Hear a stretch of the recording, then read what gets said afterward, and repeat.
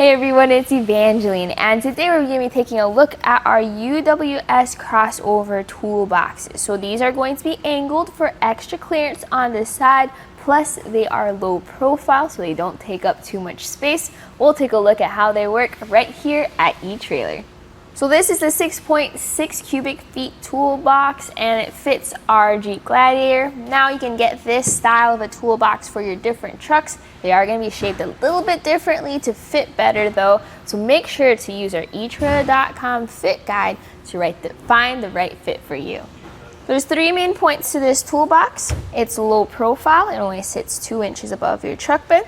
It's angled, so even if you have MOLLE panels installed on your truck bed like this, perfectly fine.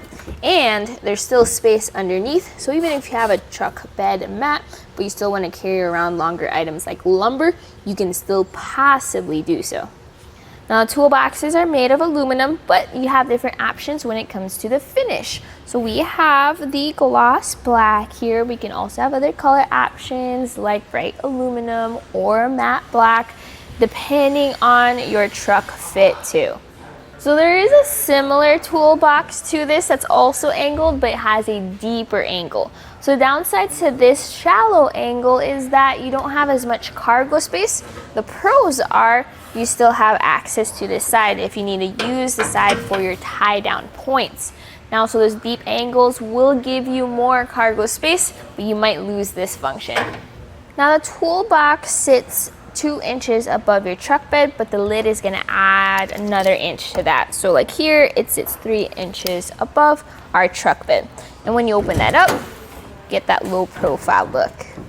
Notice how I popped that lid open like that? Well, that's also some cool features there where we'll talk about that in a second. But first, let's see if we can lock and unlock it. So on the driver's side only, there's that lock core. You get 2 keys to secure it. With it in the locked position, you won't be able to open up the latch. With it in the unlocked position, whether you access it on the passenger side or the driver's side only, open up that latch and the lid pops open. So there's heavy duty gas cylinders. That way as the lid opens, you can let go. It might scare you a little bit, but I promise there's clearance there. And then on top, you have the latch. That latch is actually adjustable, so if over time you find you need to make some adjustments up or down, you can do so yourself. There's plenty of clearance between the lid and your cab because your bulkhead is there. So when this pops open, it stops in a 90-degree angle, giving you that space. Now your interior dimensions are going to be a little bit different depending on which toolbox you need for your truck. So I'll show you how this one fits and where to measure, and that way you can see if your cargo can fit too.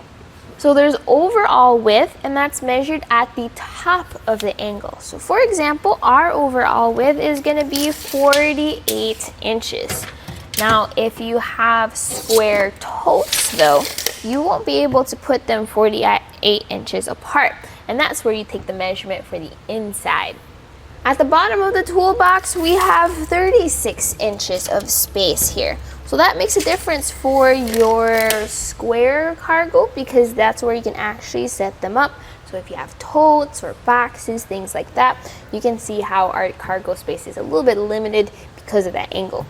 You also have this sliding organizer for your tools. So if you have your loose bolts, your clamps, your wrenches, your straps, you can put them right here, slide them back and forth to wherever is more accessible for you, although you do lose a little bit of that cargo space because this is here. Now the bottom of that tray is going to take up about 2¼ inches though, so if you have taller cargo, it's going to actually get in the way, so just remember that when you're organizing your toolbox. Now this lid is actually filled with a patented structural foam. So that is what maintains the insulation, but also the strength of that lid. So you want to make sure that this will hold up to the elements, the wear and tear of dropping tools on it, occasionally sitting on the lid, and that's where that patented foam comes in handy. Since this is made of aluminum, it's really lightweight but also pretty bulky. So that means when you install this into your truck bed, I do recommend having a friend help you out so you can lift it into the truck bed safely. It did come with the hardware to secure the toolbox though. So in our case here, it came with a J-hook, a split washer, and then a nut. It did not include the wrench to tighten it down, but it was a very easy install, and just like that, we have a strong and sturdy toolbox.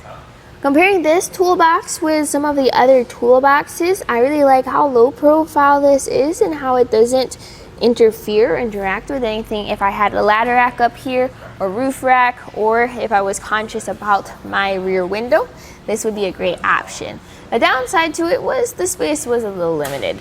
With that shallow angle, I didn't have as much space as a deep angle crossover toolbox would have given me. So it really depends on what you're carrying around, how much space you need for your tools and your cargo, but hopefully this video helped you out with taking those measurements so that you can get the right fit for you. And that right there was a look at our UWS Crossover Toolbox that is low profile and angled right here at etrailer.com. My name is Evangeline, and I hope you enjoyed the journey.